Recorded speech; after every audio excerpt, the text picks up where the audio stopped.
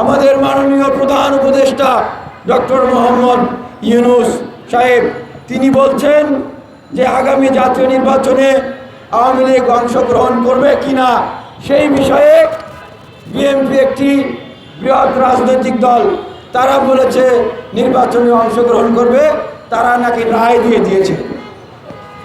আমরা সুস্পষ্টভাবে মাননীয় প্রধান উপদেষ্টার কাছে ছাত্র জনতার পক্ষ থেকে প্রশ্ন রাখছি, আপনি বিষয়টি স্পষ্ট করবেন। আপনি কাদের ম্যান্ডেট নিয়ে আপনি প্রধান উপদেষ্টা হয়েছেন? অন্যান্য উপদেষ্টাদের কাছে আমাদের জিজ্ঞাসা, আপনারা কাদের ম্যান্ডেট নিয়ে আপনারা উপদেষ্টা হয়েছেন?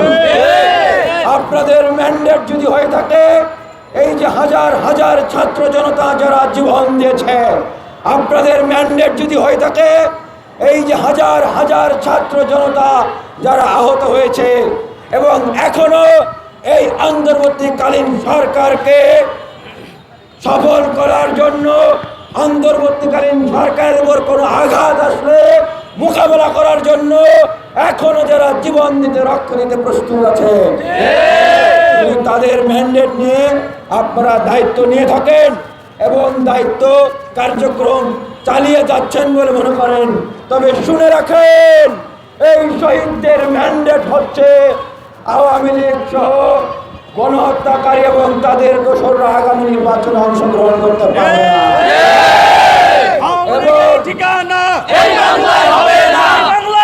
না।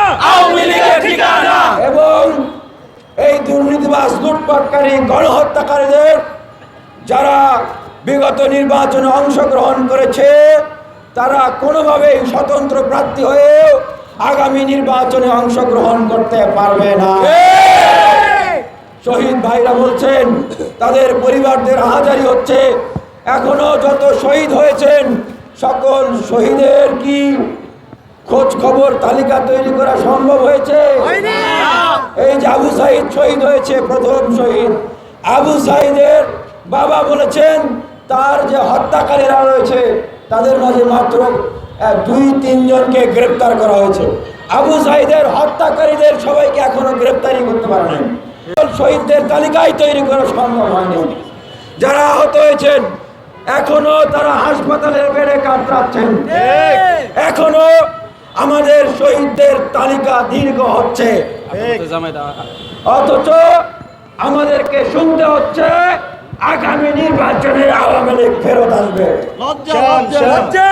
যদি এরকম কথা বলা হয়, আমরা বলবো যে এটি হচ্ছে আওয়ামী লীগকে জামাই আদর করে একটা নিয়মতান্ত্রিক প্রক্রিয়া করে তাদেরকে ফেরত নিয়ে আসার একটা নির্বাচন।